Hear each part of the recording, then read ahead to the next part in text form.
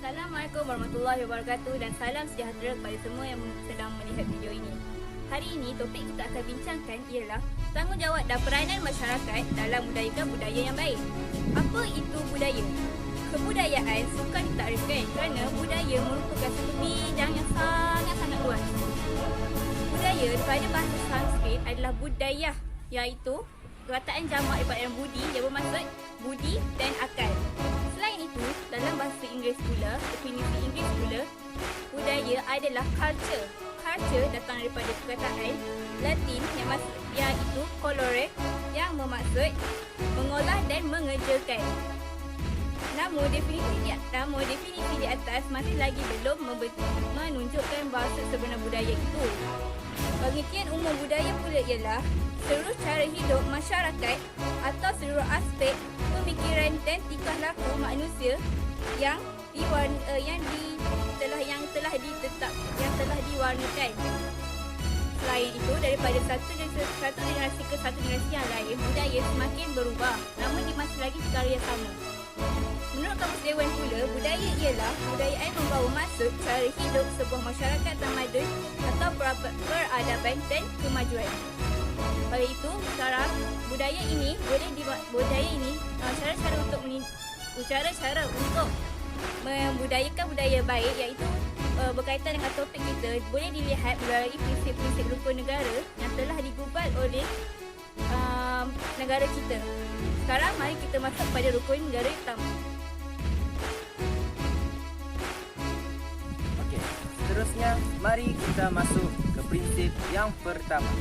Kepercayaan kepada Tuhan ialah prinsip pertama dalam rukun negara. Intipati dalam prinsip ini tidak seharusnya dilafazkan sahaja, sebaliknya harus dipahami dan diselami secara terperinci dalam usaha untuk menerjemahkan tanggungjawab sebenar masyarakat dalam membudayakan perkara yang baik dalam kehidupan. Kepercayaan bermaksud satu akuan akan benarnya sesuatu perkara. Menurut pakar psikologi, kepercayaan adalah kedudukan jiwa suatu sikap yang memihak. Dalam konteks agama pula, kepercayaan itu merujuk kepada akidah dan iman. Kepercayaan juga merupakan batu asas dan tonggak kepada pembentukan akhlak dan moral seseorang individu. Sementara Tuhan pula bermaksud sesuatu yang dipuja oleh golongan masyarakat berlandaskan kepercayaan masing-masing. Secara tuntasnya, kepercayaan kepada Tuhan ialah keyakinan wujudnya Tuhan yang mencipta alam ini dan mematuhi ajarannya dan suruhannya berdasarkan agama masing-masing. Hal ini jelas menunjukkan bahawa prinsip ini amat penting dan perlu diletakkan di peringkat yang atas sekali dalam mendidik seseorang insan bernama manusia. Seperti yang kita sedia maklum, negara Malaysia terdiri daripada pelbagai bangsa dan agama yang dikenali juga sebagai masyarakat majmuk seperti Melayu, Cina, India, Kadazan, Bidayu, Serani dan banyak lagi. Persoalannya, mengapa prinsip ini perlu diterapkan dan dibudayakan dalam masyarakat? Hal ini kerana dengan adanya pegangan agama yang kukuh akan dapat menahan seseorang melakukan kejahatan seperti melakukan jenayah, peperangan dan sebagainya. Yang seterusnya boleh memusnahkan keamanan masyarakat dan negara. Ketiadaan pegangan agama pula boleh meruntuhkan kepribadian seseorang. Justeru masyarakat harus membudayakan kepercayaan ini dan mengamalkan bagi melahirkan masyarakat yang berakhlak, berguna kepada diri, keluarga dan masyarakat. Penerapan dan membudayakan kepercayaan ini juga boleh mengukuhkan ikatan pelbagai kaum di Malaysia. Di samping itu, pembudayaan ini juga akan dapat memupuk jati diri yang padu dan bersikap terbuka dengan kepercayaan agama lain. Kesimpulannya, setiap ahli masyarakat perlu membudayakan prinsip dasar yang amat penting dalam kehidupan ini agar warga kita mempunyai nilai moral dan peribadi yang tinggi dengan mematuhi ajaran agama yang dididik oleh institusi keluarga dan masyarakat Amnya. Sekian, itu sahaja daripada saya. Mari kita beralih ke prinsip seterusnya. Beralih pula kepada poin kita yang ketiga, iaitu poin kesetiaan kepada raja dan negara.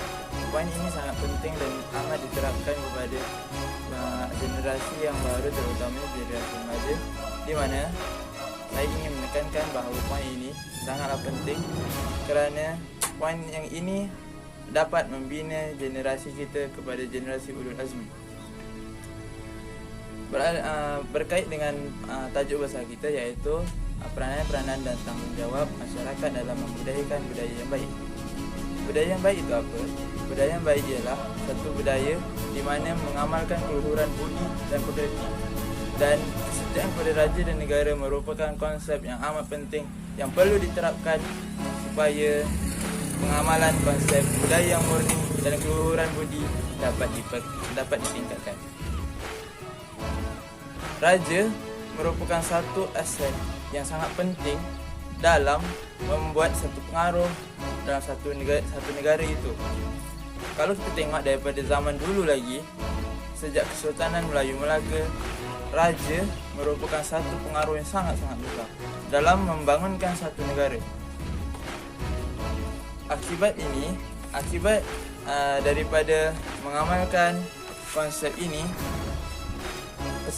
Melayu Melaka menjadi satu empire yang sangat besar dan mempunyai banyak pengaruh. Jika tidak kerana si Kitul, Melaka sehingga kini masih tidak boleh dirobohkan. Konsep kesetiaan kepada raja dan negara ini perlulah saya sekali lagi menekankan kepada anda semua bahawa ia perlu diterapkan dan dipupuk sehingga sebati dalam diri setiap insan yang ada di Malaysia. Ini supaya setiap manusia mempunyai semangat patriotik yang tinggi dan mempunyai kewibawaan di dalam hati mereka untuk taat setia kepada raja. Raja adalah seseorang kuasa yang sangat besar dan berpengaruh. Isu raja ini tidak boleh dipermainkan. Ini kerana Malaysia adalah satu negara yang berdaulat. Isu raja ini sekarang ada segelintir pihak yang mengambil remeh tentang perkara ini, sehingga kan raja-raja di negara ini ada yang diremehkan. Tapi ingat sekali lagi kepada orang-orang di sana, jangan sesekali anda meremehkan raja-raja kita, kerana raja-raja kita adalah aset yang sangat-sangat penting dan sangat-sangat berkuasa. Ingin saya terapkan di dalam diri kita semua supaya kita sentiasa taat dan setia kepada raja-raja kita, supaya negara kita sentiasa sehingga ke akhir zaman akan sentiasa berdaulat. Marilah sama-sama kita muhasabah diri, bertekad, kuatkan iman dan bertawakal kepada Allah Subhanahu Wa Taala untuk menjadi insan yang lebih baik. Raja akan sentiasa berdaulat. Daulat tuanku. Terima kasih. Pada prinsip seterusnya, iaitu prinsip yang keempat, kedaulatan undang-undang. Peradilan yang dijalankan menunjukkan bahawa setiap rakyat adalah sama di sisi undang-undang. Oleh itu, undang-undang negara yang berasaskan perlembagaan perlu diterima dan dipertahankan kedaulatannya. Tanpa undang-undang tidak mampu negara kita dapat mencapai kestabilan. Lebih-lebih lagi negara kita mempunyai pelbagai kaum, iaitu Cina, Melayu dan India. Dan begitu juga tidak lupa kaum-kaum etnik lain yang kecil yang minor seperti Kadazan Dusun, Murut dan Iban. Selain itu, undang-undang negara juga dijamin oleh institusi kehakiman yang bebas dan berwibawa. Hakim negara sentiasa dikawal ketat di mana sahaja mereka berada. Pergerakan mereka diperhatikan setiap masa agar tidak berlaku penyelewengan seperti rasuah dan berat sebelah. Di sini sudah membuktikan bahawa betapa hebatnya Malaysia menguruskan undang-undang mereka. Oleh itu, undang-undang ini perlu dihormati oleh semua rakyat Malaysia.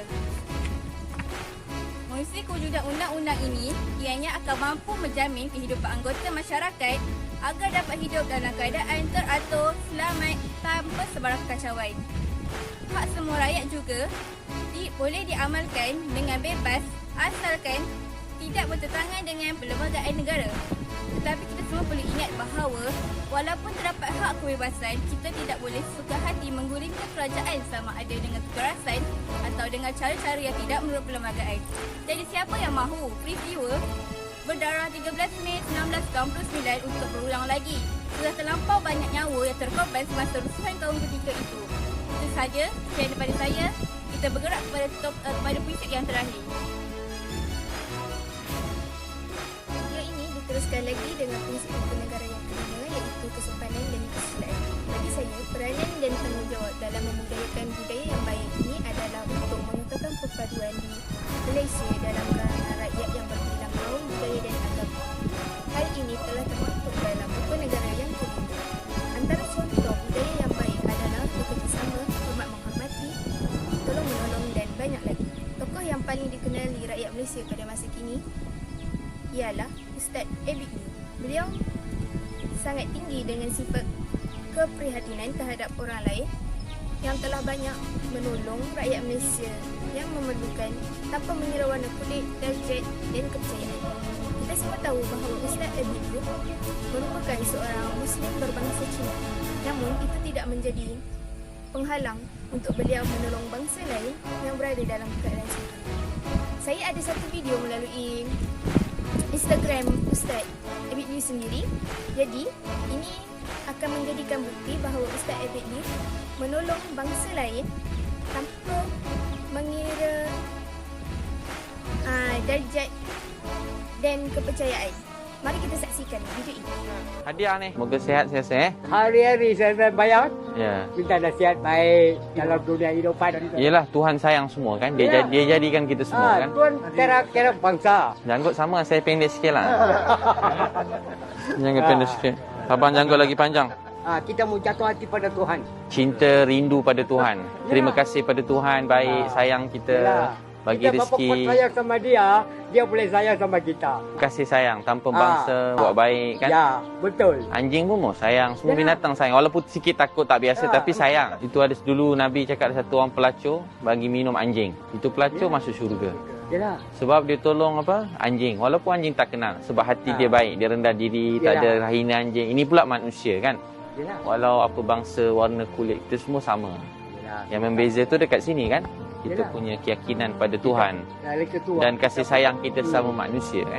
Baik abang, doa kita ya. Selamat. Baik, terima kasih. Sebenarnya, prinsip hukum negara ini perlu diamalkan oleh semua lapisan masyarakat. Jelasnya di sini, meskipun perbezaan dan kepelbagaian telah wujud sesama manusia, namun hakikatnya asal-usul kita semua adalah sama. Seluruh perbezaan dan kepelbagaian ini dapat dirangkum dan diwakili sebagai perbezaan budaya. Ada juga budaya luar yang baik, boleh kita contohnya seperti negara Jepun yang rakyatnya tinggi dengan sikap berdisiplin, lalu menjadikan negara Jepun sebagai negara paling berdisiplin di dunia.